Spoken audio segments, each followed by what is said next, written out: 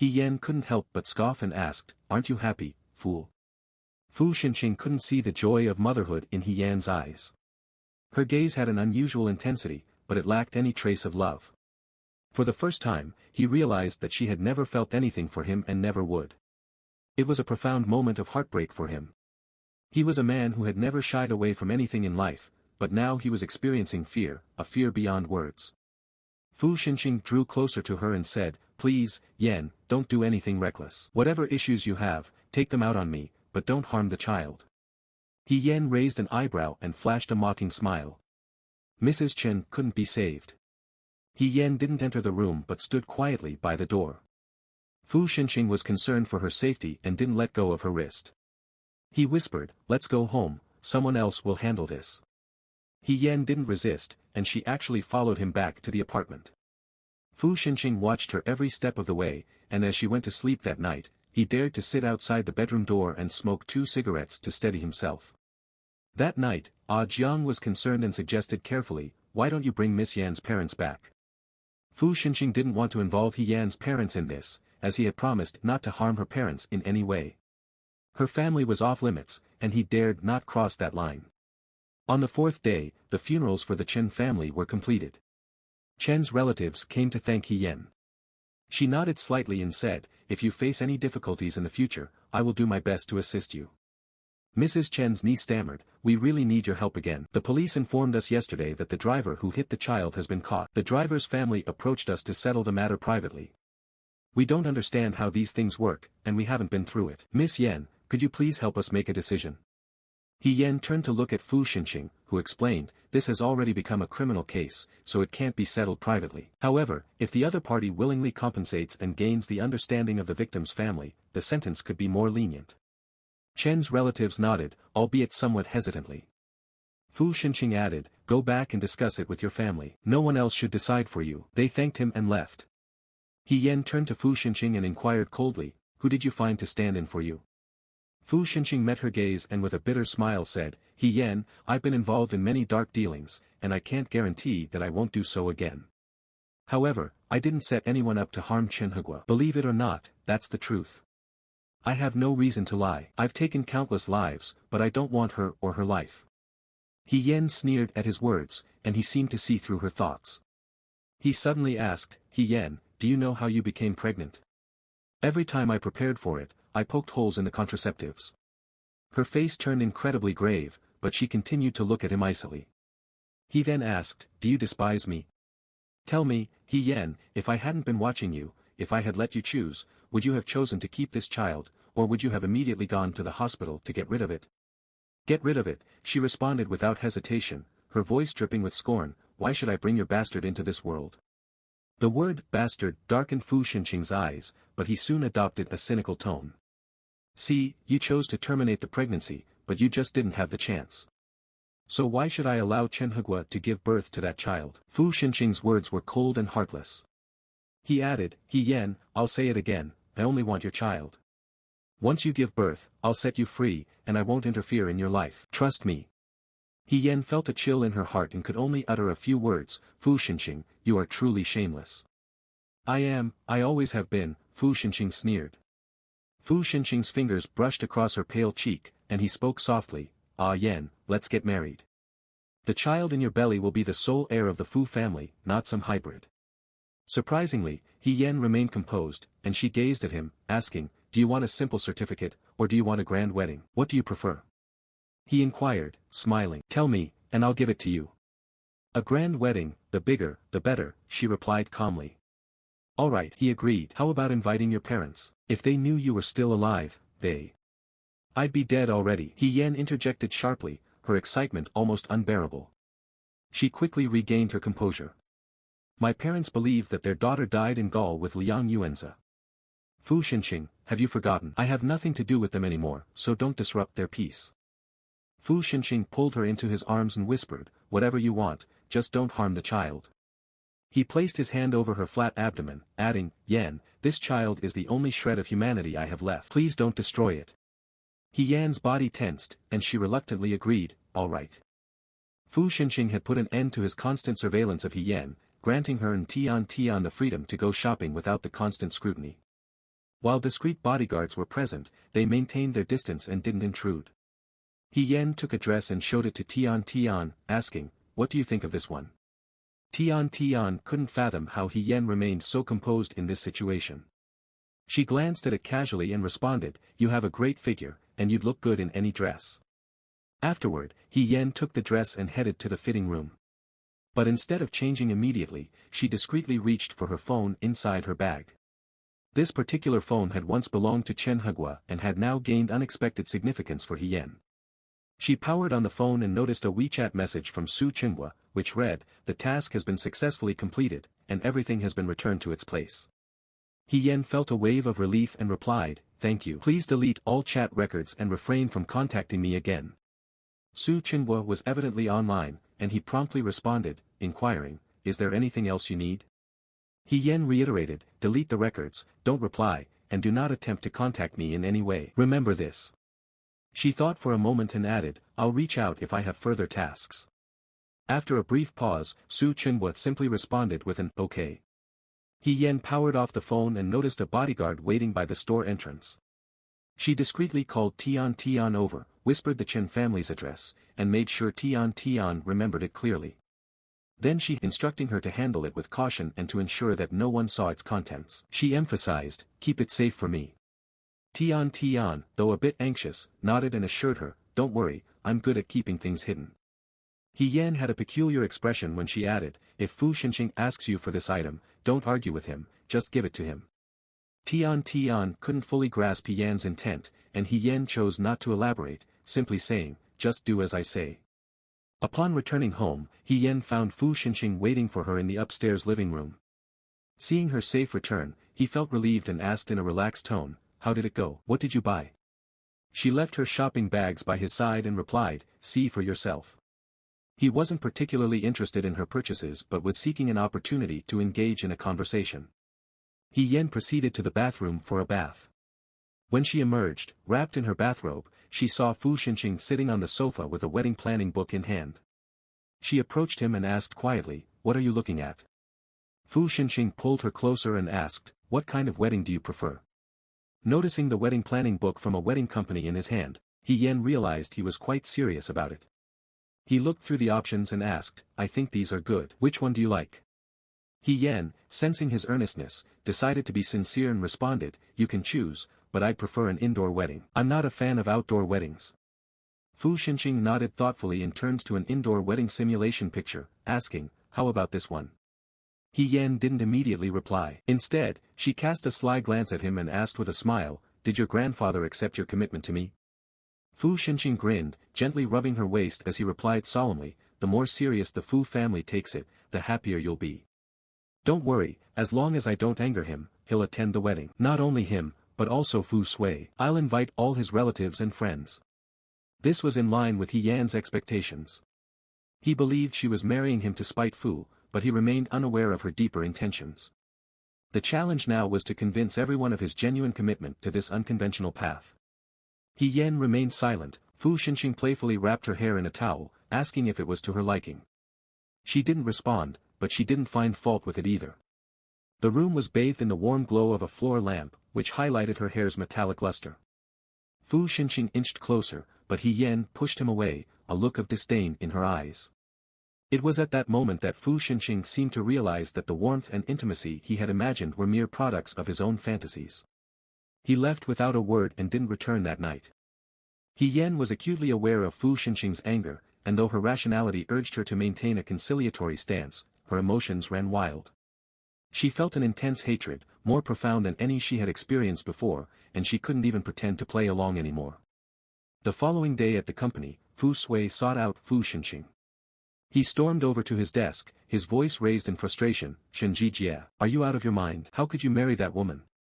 You've devastated her in the past, and she hasn't had the chance to resent you properly. How could she genuinely agree to marry you?" Fu Xinqing's expression remained flat as he calmly replied, "I know she doesn't want to marry me, she just wants revenge." Fu Sui was taken aback and, sounding exasperated, asked, "So you still want to marry her?" Fu Xinqing wore a faint smile as he nodded, "Yes, I do." Fu Sui was so agitated that he struggled to find words. He forced himself to contain his anger, leaned in, and hissed through gritted teeth, Shinjijia. If you want to be Shinjijia now, go ahead and marry whomever you please. Don't get me wrong, you can marry an adversary, you can marry a murderer, and we won't interfere.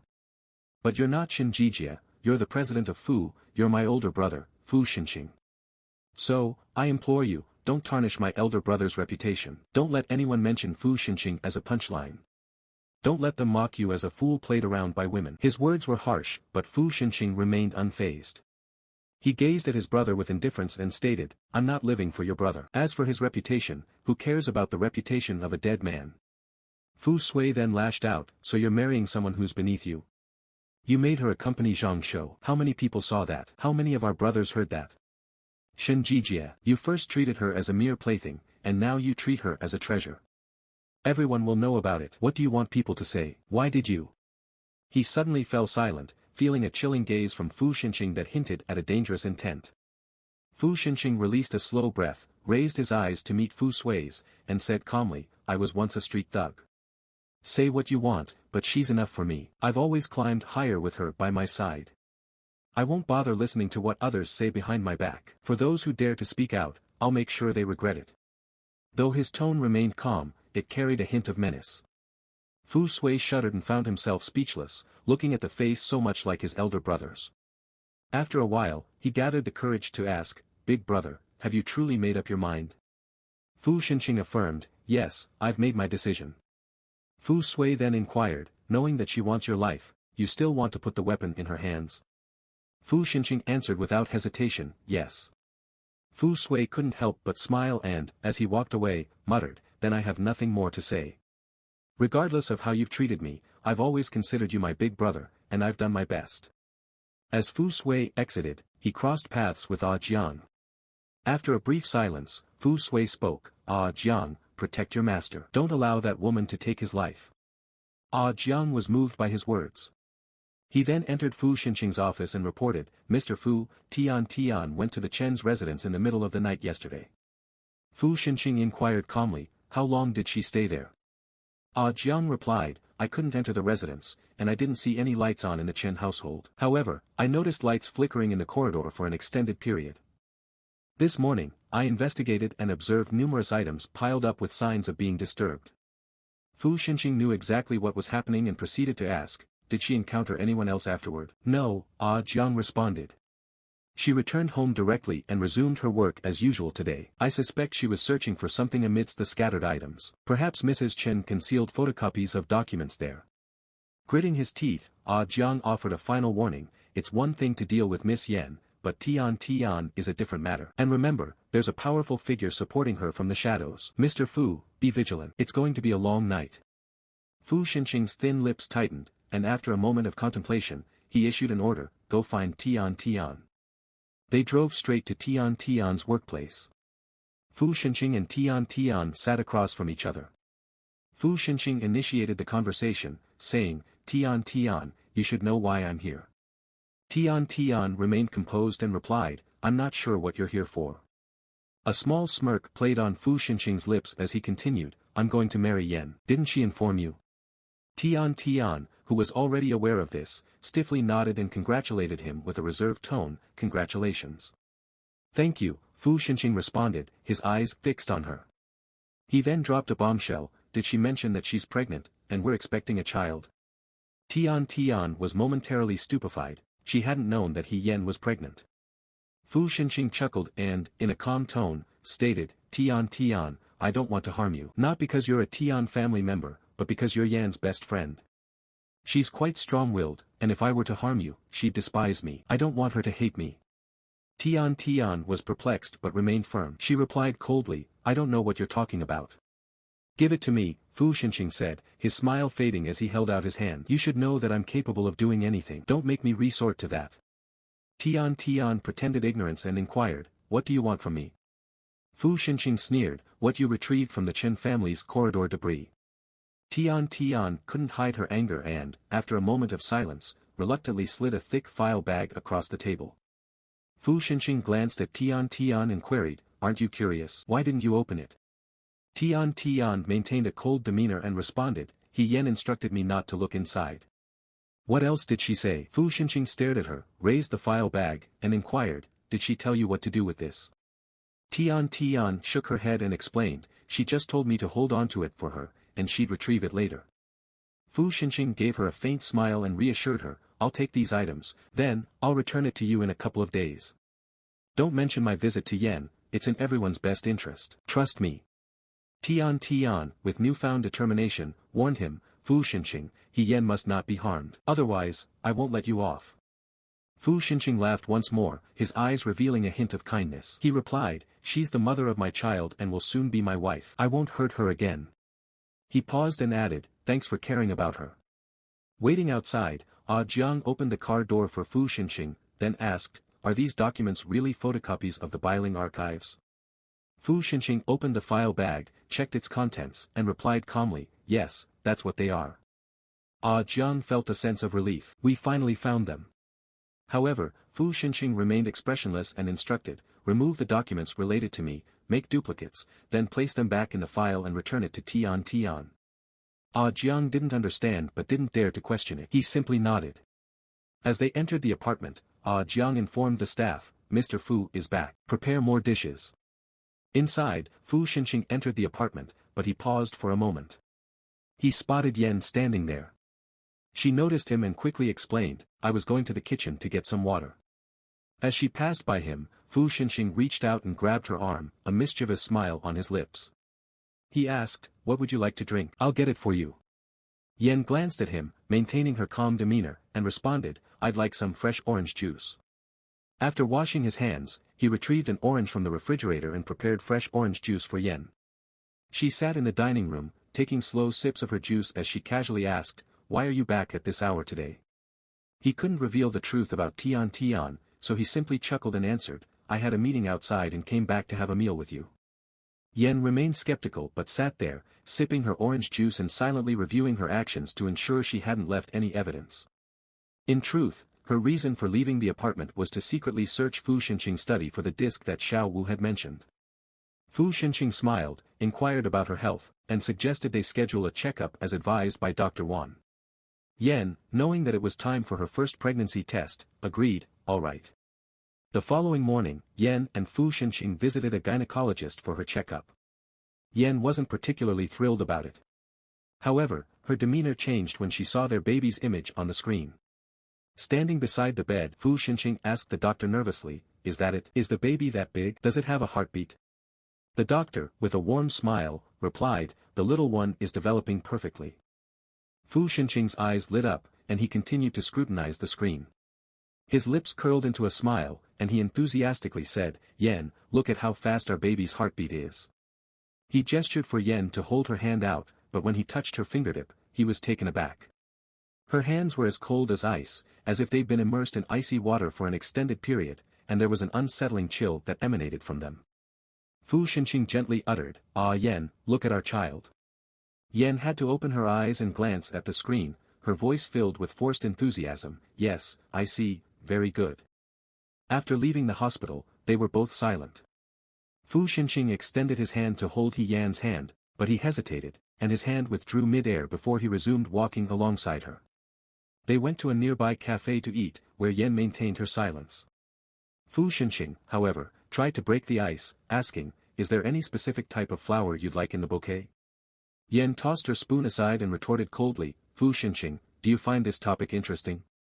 Well, planning a wedding is a significant event in one's life, and you should take it seriously, he said. Raising an eyebrow, Yan sneered, I apologize, but I've already had one wedding, and it's not as exciting as it is for you. Fu Xinqing remained unprovoked. He glanced at her and replied, what's wrong with that? If there's anything from your previous wedding that you'd like to make up for, we can do it differently this time. Yan was caught off guard, choking on her words, and she closed her mouth in frustration. She paid no further attention to him, burying her head in her food with a healthy appetite. She was a strong and adaptable woman, capable of being both tough and gentle. Even if she didn't love him, even if she resented him continuously, what did it matter? She would be the mother of his child, their blood mingling and growing together, an inseparable bond. Fu Xinqing looked at her, and involuntarily, a small smile graced his lips. He said, eat more. Keep your strength up for our son. Yan's movements stiffened as she raised her eyes to look at him. Just when he thought she was going to explode, she instead lowered her head, took the dish he'd offered, and began eating methodically. Each bite was forceful, laden with anger, as though she was biting into him rather than the food. Fu Xinxing observed her behavior and couldn't help but chuckle. He dropped her off at home and then headed to the office.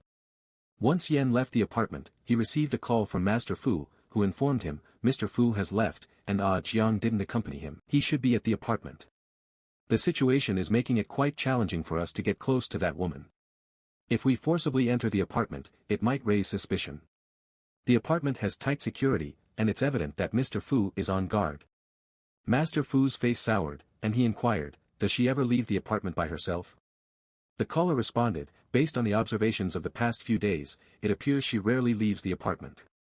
Master Fu sat in his chair, contemplating his options for a while.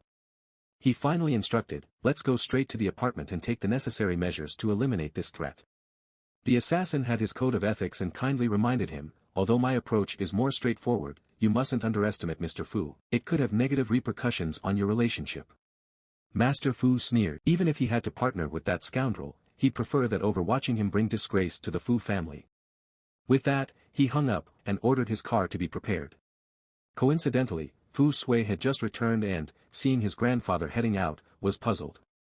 With a friendly smile, he approached and asked, where are you going, grandfather? Master Fu didn't answer him and simply advised, stop wandering around like a stray dog all day. Focus on something meaningful. You're already in your 20s, and sometimes I wonder if you're trying to irritate me. Fu Sui was somewhat bewildered, but Master Fu entered his car and drove away. Fu Sui had a feeling that something was off, as it was his grandfather's habit to take a nap at this time of day. He wondered where he could be going. He decided to follow his grandfather in his own car. When he finally caught up to him, he realized that they were near Fu Xinxing's apartment. Fu Sui observed his grandfather and his subordinates entering the building. He hesitated for a moment, then pulled out his phone and dialed Fu Xinxing's office number. His call was quickly answered by the secretary, who said, hold for a moment, I'll ask Mr. Fu for instructions. Fu Xinxing picked up the phone, and Fu Sui was momentarily at a loss for words. He couldn't come up with a convincing reason, so he asked, I'm a bit tight on funds lately, can you lend me some money? Fu Xinxing inquired, how much? 10 million, Fu Sui casually threw out a number, to which Fu Xinxing simply replied, all right. Fu Sui paused, and then said in a cold tone, don't get involved in drugs and gambling. You're free to play with women, but be cautious and don't get into trouble. Take care of yourself. Fu Sui wasn't interested in Fu Xinxing's advice but was taken aback by his concern. He couldn't help but exclaim, big brother. Fu Xinxing, who had been prepared to hang up, was momentarily surprised by the address but said nothing. Fu Sui continued, grandfather just went to your apartment, and I'm not sure what he intends to do. There was a brief silence on the call, followed by the sharp sound of a chair being pushed back. He sternly instructed Fu Sui, go inside immediately. Regardless of what grandfather plans, you must stop him.